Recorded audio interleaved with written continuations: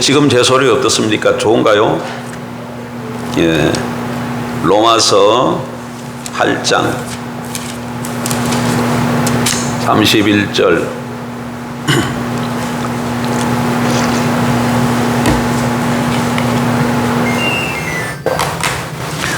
로마서 8장 31절 한 절 같이 보겠습니다.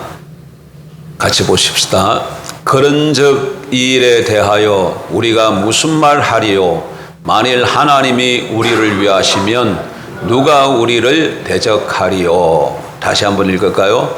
그런즉 이 일에 대하여 우리가 무슨 말 하리요? 만일 하나님이 우리를 위하시면 누가 우리를 대적하리요?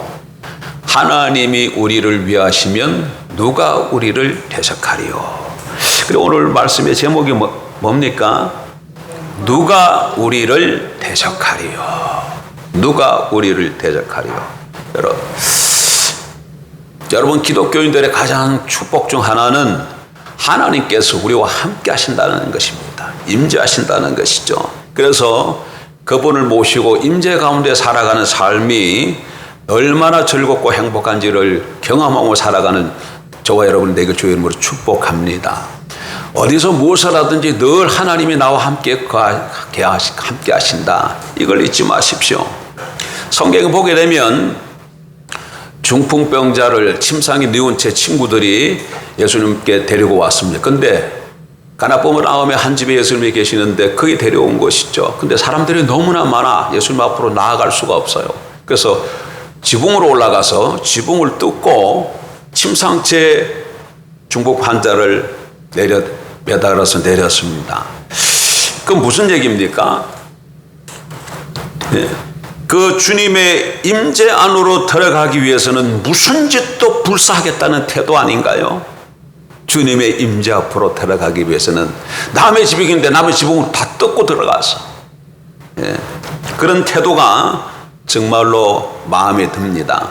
하지만 요즘 여러분 이거 아십니까? 요즘에는 예수님을 만나기 위해서 험준한 산이나 넘고 태양을 건너야 할 필요가 없어요. 왜 그렇습니까?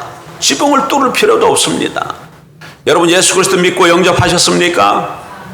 예, 이 말에 자신 있게 대답할 수 있어야 됩니다. 예수 그리스도를 믿고 영접하셨습니까? 아, 나는 예수 그리스도를 개인적으로 믿고 영접한 적이 없는 것 같다. 예? 그냥 어찌가 하다 보니까 교회 나와서 신앙생활을 시작했고 그냥 여기까지 왔다. 안 됩니다. 자신을 되돌아보고 1대1로 주님을 만나는 시간이 저와 여러분에게 있어야 합니다. 그래서 진정으로 주님 앞에 개인적으로 주님 제가 제 힘으로 살아왔습니다. 제가 죄인이었습니다. 고백하고 이제 제가 마음을 열고 예수 그리스도를 나의 주와 구주로 믿고 영접합니다. 내 죄를 용서하시고 내 마음속에 오셔서 내 심령에 자장하시고 나를 다스리시고 나를 인도해 주옵소서. 이런 고백이 있어야 돼요. 이런 고백이 진정으로 진실되게. 그러면 하나님이 성령께서 그 시간에 우리의 음성을 듣고 우리가 고백할 때 우리를 거듭나게 해 주실 줄 믿습니다. 하나님의 백성으로 변화시켜 주실 줄 믿습니다. 그러면 무슨 일이 일어납니까? 그 순간에 그때부터 그 고백을 한 이후부터 바로 그 순간에 성령께서 임하시고 우리 마음 가운데 거하시는 줄 믿습니다. 성경이 그렇게 증거하고 있어요. 그리스도의 영이 없으면 그리스도인이 아니니라. 기억하십시오. 여러분 안에 그리스도인이 안 계시면, 성령이 안 계시면, 다시 말해서 하나님이 거하시지 않으면 그리스도인이 아니에요. 하나님 백성이 아닙니다. 그러므로 우리가 만약에 진실되게 예수 그리스도 믿고 영접하셨다면 하나님께서, 성령 하나님께서 저와 여러분 우리 마음 가운데 거하시는 것을 믿으십시오. 예. 늘 하나님께서 임마누엘의 예수님이 우리와 함께 하십니다. 그래서 성경 한 구절을 소개해드리면 주님이 우리와 함께 하시기 때문에 성경 한 구절을 다시 한번 읽어본 본문이죠. 만일 하나님이 우리를 위하시면 누가 우리를 대적하리요? 만일 하나님이 우리를 위하시면 누가 우리를 대적하리요? 정말로 하나님이 나를 위하실까? 아직도 이렇게 묻는 신자가 있습니까? 성경은 어쩌면 하나님이 우리를 위하실지 모른다, 또는 하나님이 우리를 위하시길 원한다, 이렇게 말하고 있지 않습니다. 본문을 잘 보세요. 뭐라고 말씀하고 있습니까? 어떻게 표현하고 있어요? 만일 하나님이 우리를 위하시면 누가 우리를 대적하리요? 이렇게 묻고 있습니다. 이렇게 묻고 있어요. 하나님이 우리를 위하시면, 하나님이 우리와 함께 하시면 우리를 위하시는 줄 믿습니다. 그러면 누가 우리를 대적하리요? 예. 하나님이 우리를 위하시면 누가 우리를 이기리요? 하나님이 우리를 위해 싸우고 우리를 변호하시면 누가 우리에게 맞서리요? 그러면 우리는 무엇입니까? 천하무적입니다. 천하무적인 줄 믿습니다. 하지만 목사님, 과연 하나님이 저 같은 놈도 위해 주실까요? 예? 저는 무늬만 교인이지 하나님의 거룩한 기준에 이렇게 보면 턱없이 모자란 사람이에요. 운전대만 잡으면 입에서 그냥 욕설이 튀어나가고 그렇잖아요. 운전대 잡고 이렇게 가다가 갑자기 어떤 자랑 탁 튀어들으면 어떻게 됩니까? 성질이 팍 올라서 그냥 빵 하고 누르든가 아니면 입에서 그냥 쌍시오 소리가 막 나오지 않아요? 저는 그런 사람이에요. 하나님. 그리고 걸핏하면 아내에게 화를 내고 때로는 밥성을 뒤집어엎고, 하나님이 위해 주실 만한 그런 가치가 없는 인간입니다. 거룩하신 하나님이 과연 저 같은 놈도 위해 주실까요? 이게 좋은 질문입니다. 왜냐하면 십자가에 답이 있기 때문에 그렇습니다. 여러분, 하나님의 아들 예수 그리스도께서 십자가 위에서 피 흘리셨다, 이 말이 무슨 말입니까? 왜 그분이 피를 흘리셨습니까? 누구를 위해서, 무엇 때문에? 우리 죄를 위해서, 나 한 사람 한 사람을 위해서 십자가에서 피 흘려 살찌고 돌아가신 것 아닙니까? 그게 무슨 말입니까? 우리가 아무리 죄와 허물이 많다 할지라도 예수를 믿고 영접하면 그 보혈의 피가 우리를 깨끗이 씻으신 줄 믿습니다. 예. 그렇기 때문에 우리가 하나님이 보시기에는 거룩한 보혈의 피로 씻어진 하얀 백지장과 같은 그런 존재로 보이기 때문에 하나님이 이렇게 우리를 보시면 이제는 어떻게 보시냐면, 전에도 말씀드렸죠. 빨간 안경을 가지고 세상을 보면 세상이 어떻게 보일까요? 빨갛게 보이죠. 예수의 안경을 끼고 보면 세상이 어떻게 보이겠습니까? 예수로 보이는 것이죠. 하나님께서 우리를 이제 어떻게 보시느냐? 예수의 안경을 통해서 이렇게 보시는 거예요. 십자가의 거룩한 보혈의 피로의 안경을 쓰고 우리를 보시는 거예요. 그러니까 우리에게 죄가 있어요, 없어요? 예. 비록 아직 우리 자체는 아직도 흠과 점이 많아요. 그럼에도 불구하고 예수 그리스도를 통해서 하나님께서 우리를 보시기 때문에 우리는 눈보다 더 깨끗하게 희어진 줄 믿습니다. 그래서 하나님께서 우리와 함께 하시는 거예요. 그러니까 내 자신을 보지 마십시오. 내 자신이 어떤 사람인가, 내가 어떤 존재가, 자꾸 여길 보지 말고 어디다 초점을 맞춰야 돼? 십자가에 대해 초점을 맞춰야 됩니다. 하나님께서 그리스도 안에서 우리를 위해서 행해 주신 일, 하나님께서 내가 너를 어렵다, 하나님께 이렇게 말씀하시는 거예요. 우리가 예수 그리스도 믿고 영접했으면 아무리 우리를 부족해도 하나님 우리를 날 보고 어떻게 선포하신다고요? 너는 어려운 자다, 이렇게 선포하시는 거예요. 뭐라고요? 지금 아무리 그냥 막 예전에는 그 사람도 죽인 그 사람들, 막 사람도 구워 먹었다는 사람들, 그 이름이 생각이 안 나네. 지존파들. 지존파 중에 한 사람 돌이킨 분이 있잖아요. 이름은 잘 모르지만 그분이 지금 저 앞에 서 있어요. 근데 그분이 예수님을 믿고 영접하고 철저하게 회개하고 뉘우쳤어요. 그럼 하나님이 뭐라고 그러신다고? 너는 의인이다, 이렇게 선포하신다니까, 하나님이. 그러니까 세상 사람들은 저 사람 보고 아이고 사람을 죽였니 어쩌니 뭐라고 막 할지 몰라도 하나님은 뭐라고 선포하신다고? 너는 어려운 백성이다, 너는 나의 백성이다, 너는 나의 자녀이다, 이렇게 선포하시는 것이죠. 예. 그렇기 때문에 우리가 항상 예수 그리스도로 십자가를 붙들고 살아가는 것이 여러분 우리의 하나님께서 우리에게 허락하신 큰 축복인 줄 압니다. 여러분 유월절을 기억 한번 해보십시오. 6월절 밤에 하나님께서 이스라엘 백성들에게는 어린 양을 잡아서 피를 문지방과 설주에 바르라 그러셨죠. 그래서 이스라엘 백성들이 어린 양을 잡아서 다 문지방과 설주에 피칠을 했어요. 피칠한 집안은 어떻게 됐습니까? 그 집안에 있는 장자는 죽음의 선사가 다 넘어갔어요. 그 집안에는 장자가 죽을 두려움과 걱정할 필요가 없는 것이죠. 그런데 애굽의 집은 어떻게 됐습니까? 피를 바르지 않은 애굽의 집은 모든 장자가 다 죽임을 당해서 바로의 장자로부터 맷도로 가는 하느의 장자까지 짐승도 마사끼는 다 죽임을 당했습니다.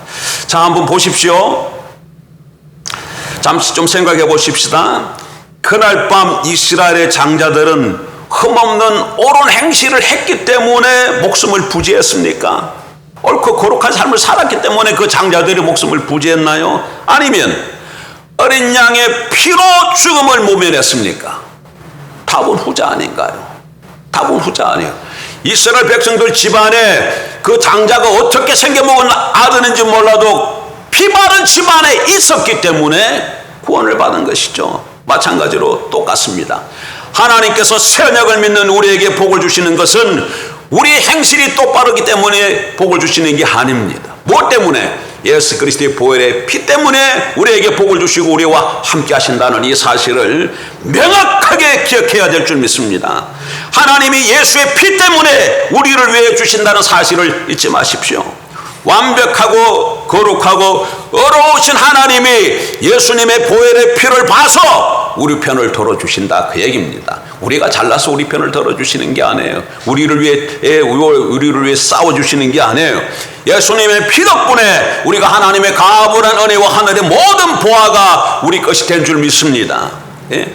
그렇기 때문에 이런 마당에 감히 누가 우리와 맞설 수가 있겠는가? 그렇지 않습니까?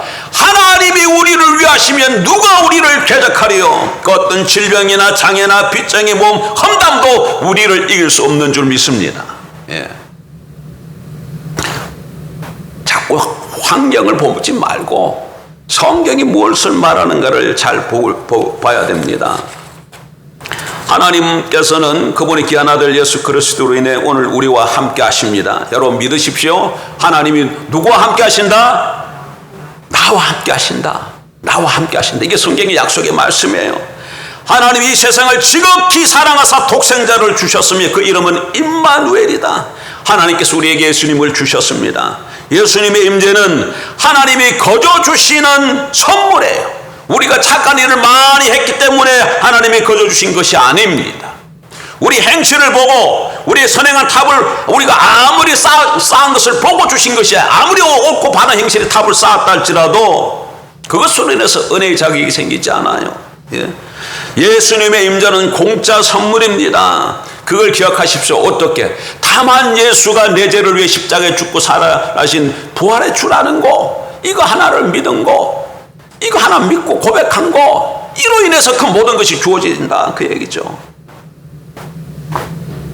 하지만 목사님, 제가 죄를 지으면 예수님이 떠나시는 것 아닌가요? 죄를 지으면 하나님이 떠나시는 건 아닐까요? 그렇지 않습니다. 이게 조심스러운 말이에요. 그렇다면 이게 나는 이제 살아도 된단 말인가? 그 말은 아니죠, 여러분. 그러나 기억하십시오. 우리가 살다 보면 때로는 실수하고 넘어질 수도 있잖아요. 그렇다 할지라도 주님은 우리를 떠나지 않습니다. 오히려 예수님은 늘 바로 곁에서 여러분을 격려하고 온전하게 회복시켜 주십니다. 하지만 나는 그런 은혜 받을 만한 자격이 없어요. 예, 맞는 말입니다. 그래서 예수님의 은혜는 언제나 이치에 맞지 않는 무상으로 주시는 은혜인 줄 믿습니다. 예? 시편 37편에 여호와께서 사람의 걸음을 정하시고 그의 길을 기뻐하시나니 그는 넘어지나 아주 엎드러지지 아니함은 여호와께서 그의 손으로 붙드심이로다. 예. 우리가 넘어질 때마다 우리 곁에 계신 예수님께서 붙잡아 주십니다. 세상 친구들은 등 돌릴 수 있어요. 하지만 예수님은 결코 우리를 서운하게 하시는 법이 없습니다. 참으로 의지할 만한 분이시죠. 신실하고 믿을 만한 친구이십니다. 심지어 우리가 그분을 실망시켜도 그분은 변함없는 손으로 우리를 다시 일으켜 세우시는 것을 믿으시기 바랍니다. 성경이 잠언에 이런 말씀이 있어요. 어떤 친구는 형제보다 친밀하니라. 잠언 18장 24절. 어떤 친구는 형제보다 친밀하니라. 그 친구가 바로 예수님입니다. 그 친구가 바로 예수님입니다. 예. 구약시대 때에는 율법 아래 있었기 때문에 그때는 하나님이 철저히 하나님께 순종하는 자에게만 하나님은 함께 하셨어요. 구약시대 때는, 옛 언약에서는. 그리고 범죄하게 되면 하나님이 떠나가셨어요. 그러나 언약이 바뀌었습니다. 지금 우리가 어떤 언약 아래에 있습니까? 새 언약 아래에 있어요. 옛 언약 아래에 있는 것이 아니에요. 근데 아직도 새 언약 백성들이 이걸 혼동하는 사람들이 많아. 혼동하는 사람들이 많아. 여러분 가서 히브리서 한번 좀 봅시다.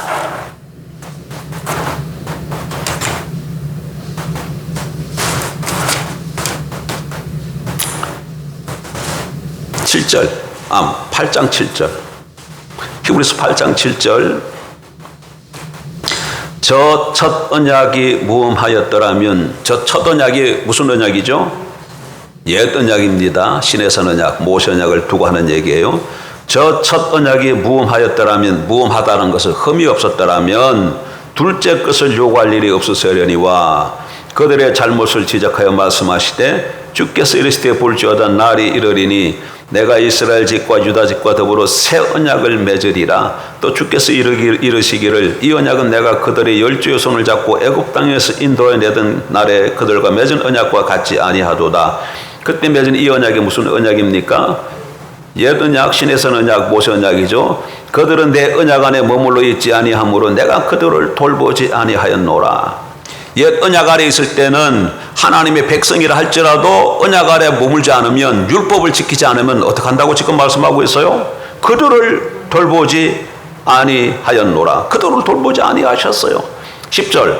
또 주께서 이르시되 그날 후에 내가 이스라엘 집과 맺을 언약은 이것이니, 이거는 이제 무슨 언약입니까? 새 언약이죠. 내 법을 그들의 생각에 두고 그들의 마음에 이것을 기록하리라. 나는 그들에게 하나님이 되고 그들은 내게 백성이 되리라. 또 각각 자기 나라 사람과 각각 자기 형제를 가르쳐 이르기를 주를 알라 하지 아니할 것은 그들이 작은 자로부터 큰 자까지 다 나를 알미라. 내가 그들의 불의를 긍휼히 여기고 그들의 죄를 다시 기억하지 아니하리라 하셨느니라.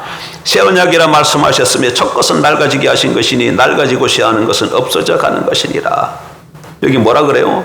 새 언약 아래 있는 백성들은 큰 자부터 작은까지 뭐 하나님을 알라 그러지 않아. 그냥 스스로 어떻게 된다는 거예요? 다 안다는 거예요. 왜? 하나님께서 마음속에 거하시기 때문에. 여기서는 지금 뭘로 말씀하고 계셔요? 하나님의 법을 생각과 마음에 기록한다고 했는데, 이게 에스겔에 의하면 하나님의 영이, 새 영이 거할 것을 말씀하시는 것 아니에요. 새 영은 그 성령이시죠. 그래서 성령 하나님께서 우리 안에서 법과 하나님의 말씀이 무엇인가를 자꾸 생각나게 하시고 그 말씀대로 살아가게 하시는 것이죠. 그러니까 하나님을 알라고 가르쳐 줄 필요가 없는 것이죠. 그리고 12절 다시 보세요. 내가 그들의 불의를 긍휼히 여기고 그들의 죄를 다시 기억하지 아니하리라. 그들의 죄를 뭐 한다고요? 기억하지 아니하리라. 새 언약 아래에 있는 하나님의 자녀들의 죄를 하나님께서 어떻게 하시겠다고 말씀하셔서, 너희가 죄를 짓기만 하면 내가 그걸 정확하게 기억하고 그 죄 지은 대로 내가 심판하겠다. 그렇게 말씀합니까? 기억하지 않겠다고 말씀하셔. 기억하지 않겠다고. 하나님이 기억하지 않겠다고 이렇게 선포하시는데 왜 우리가 자꾸 자기 죄를 상기시켜가지고 하나님 이렇고 저렇고 자꾸 그렇게 나가냐. 그게 문제다. 그 얘기입니다. 그렇다고 이 말씀을 듣고 이제는 내가 그리스도 안에서 자유하구나. 내가 어떻게 살아도 하나님께서 내 죄를 나를 책망하지 않고 죄인으로 보시지 않구나. 나는 드디어 자유롭게 살아도 되겠다. 내 마음대로 살아도 되겠다. 이렇게 나가는 자는 이 말씀을 지금 바로 깨달은 자예요, 못 깨달은 자예요? 머리로서 이 문맥의 말을 이해했는지 모르지만 그 심령 속에 진정으로 하나님께서 구하시는 건 아닌 줄 압니다. 하나님께서 나와 함께 하시고 불의를 긍휼히 여기시고 죄를 기억하지 않겠다고 하신 이 말씀을 들었을 때 기본적으로 우리의 반응이 어떻게 나와야 됩니까? 이 말씀을 진정으로 바로 깨닫는 사람은 감격으로 나와야죠. 그렇구나. 내가 망하는 것이 죄 때문에 망하는 것인데, 여러분 우리 삶 가운데 악과 고난이 찾아오는 것은 무엇 때문에 그렇습니까? 이게 다 뭐예요? 사망의 그림자입니다. 뭐라고요? 사망의 그림자예요. 여러분 삶 가운데 우리 삶을 힘들게 하고 어렵게 하는 그게 뭐예요? 그게 다 악과 고난이잖아. 근데 그 악과 고난은 뭐의 그림자라고? 사망의 그림자예요. 사망의 그림자예요. 사망 때문에 오는 겁니다. 예? 그런데 그 사망은 무엇 때문에 우리에게 찾아옵니까? 죄의 삭선 사망이니라. 죄 때문에 찾아오는 거예요. 그러니까 가장 문제는 뭐가 문제라는 거예요? 죄가 문제야. 죄 때문에 사망이 왔고, 사망이 권세하려 놓였고, 사망이 권세하려 놓였기 때문에 우리가 삶 가운데 악과 고난이 있습니다. 가장 근본된 문제가 죄예요. 그런데 예수 그리스도가 십자가에서 보혈의 피를 흘려주심으로 우리 죄를 싹 씻어주셨어요. 우리 죄 문제가 어떻게 됐다는 거예요? 해결받았다는 거예요. 죄 문제가 해결되면 자연히 사망의 권세에서 떠나게 되어지고, 사망의 권세에서 떠나게 되면 악과 고난도 우리 삶 가운데서 떠나가는 것이 당연한 것이죠. 이게 성경이 말하고 있는 진리입니다. 그러니까 지금 현실 가운데 나의 삶을 힘들고 어려워하는 것이 그걸 인해서 괴로워하거나 어려워하지 말고 선포를 하세요. 하나님이 나를 위하시면 누가 대적하리요? 하나님이 나와 함께 하십니다. 예수 그리스도의 보혈의 피로 말미암아 내 문제를 힘들게 하는 이 어려운 것들은 떠나갈지어다고 선포를 하십시오. 그리고 기다리십시오. 하나님께서 함께 하실 줄 믿습니다. 예.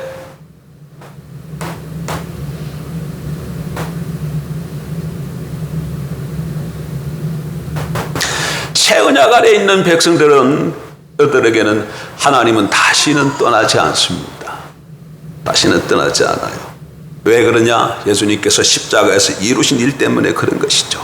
십자가 위에서 예수님은 우리를 위해 번제물이 되셨습니다. 십자가 위에서 그분은 우리 죄를 대신 짊어지시고 우리가 받아야 될 마땅한 형벌을 감당하셨습니다. 우리 죄를 향한 하나님의 심판이 예수님에게 임했습니다. 그분이 십자가에서 버림을 받음으로, 하나님께 버림을 받음으로 그 덕분에 우리가 오늘 끊임없는 하나님의 임재를 누리게 된 줄 압니다. 그리고 힘들고 어려울 때마다 그래서 자꾸 십자가를 바라보고 내 믿음이 약해질 때마다 십자가를 바라보세요. 그 십자가를 바라보면 딱 두 개가 나타나잖아요. 뭐가 나타나요? 죄의 값이 얼마나 하나님께서 진노하시는가를 보여주는 게 하나예요. 십자가를 통해서. 거기 달려있는 그 사람은 누구예요? 죄로 인해서 형벌받는 자입니다. 형벌받는 자예요. 하나님의 공의가 너무나도 선명하게 나타나 있는 것이죠. 그와 또 한 가지는 뭐예요? 그 끔찍한 죄를 내가 그 십자가에 달려야 되는데 하나님께서 당신의 아들을 내 대신 십자가에 달리게 하셨다는 거예요. 뭐가 나타났어요? 하나님의 사랑이 또 거기에서 나타나고 있는 것이죠. 그래서 그 십자가를 늘 바라보고 묵상할 때마다 감사가 나올 수밖에 없고 감격이 나올 수밖에 없고, 그래서 하나님께서 나와 이제 함께 하시는구나, 하나님께서 나를 이제 위하시는구나, 이런 오늘 본문의 말씀처럼 그러므로 세상 사람이 내게 어찌하리요, 이런 믿음을 갖고 살아가는 저와 여러분이 되어야 될 줄 믿습니다. 그리고 이렇게 믿음으로 살아가게 되면 반드시 하나님의 은혜가 우리의 삶 가운데 임하게 될 줄 알고 능력이 함께 하심으로 지금 당장은 문제가 지금 된다 할지라도 그 문제 자체도 하나님 해결해 줄 줄 믿습니다. 예, 해결해 줄 여러분, 이게 이 말씀이 확실히 와서 믿어지고 깨달아지면 아직은 현실이 나를 힘들게 해요. 그럼에도 불구하고 이제는 그 현실로 인해서 내가 피동받지는 않습니다. 무슨 얘기냐? 현실이 나를 지배하지를 못한다는 얘기예요. 현실이 나를 지배하지 못해. 누가 현실을 지배해? 내가 믿음으로 현실을 지배해. 그리고 조만간 기다리면 현실이 내 다스림의 아래, 권세 아래 놓여서 변화가 일어날 줄 압니다. 에덴을 기억하셔요, 여러분. 창세기 1장 2절, 하나님께서 아담과 하와를 하나님의 형상으로 지으시고 그들에게 어떻게 하셨어요? 에덴 동산을 맡기셨잖아. 뭐 타라고? 에덴 동산에서 뭐 하라 그래요? 왕노릇 하라고 하셨잖아요. 근데 그것을 아담이 실패했습니다. 근데 둘째 사람, 마지막 아담이 와서 성취하셨어요. 그래서 우리가 예수 그리스도 믿고 영접하면 바로 그냥 둘째 아담에게 우리가 연합되어져서 우리가 바로 뭐가 되는 거예요? 첫째 아담에게 주어진 권세가 바로 그리스도에게 주어졌고 그리스도가 성취하셨기 때문에 우리가 믿고 영접하면 그리스도와 하나가 되어져서 우리가 다시 뭐 하게 되어지는 거예요? 그리스도 안에서 왕노릇 하는 거예요. 왕노릇. 이게 진리입니다, 여러분. 성경이 우리에게 뭐라고 부른다고요? 왕노릇 하라고 부르신다고. 그러니까 현실을 두고 현실 앞에서 뭘 선포해? 명령하세요. 세상이 나를 자꾸 괴롭혀. 예수 그리스도 이름면 최장은 내가 명하노니 건강할지어다, 정상으로 돌아갈지어다, 회복될지어다. 자꾸 선포하세요. 그리고 문제가 답답한 문제가 있으면 이 문제를 두고 하나님 앞에 기도하고 아뢰면서 주의 이름으로 선포하세요. 이 답답한 닫힌 문은 열릴지어다, 엉클어진 것은 풀어질지어다. 자꾸 기도하고 선포하면 우리 입에서 나오는 권세대로, 우리가 행한 말한 대로 선포대로 이루어질 줄 믿습니다. 하나님이 우리를 위하시면 누가 우리를 대적하리요? 하나님이 우리와 함께 하신다는 이 사실을 마음속에 가득 담고 세상 나가서 살아가는 승리하는 저와 여러분들에게 주의 이름으로 축복합니다. 기도하십시다. 좋으신 하나님,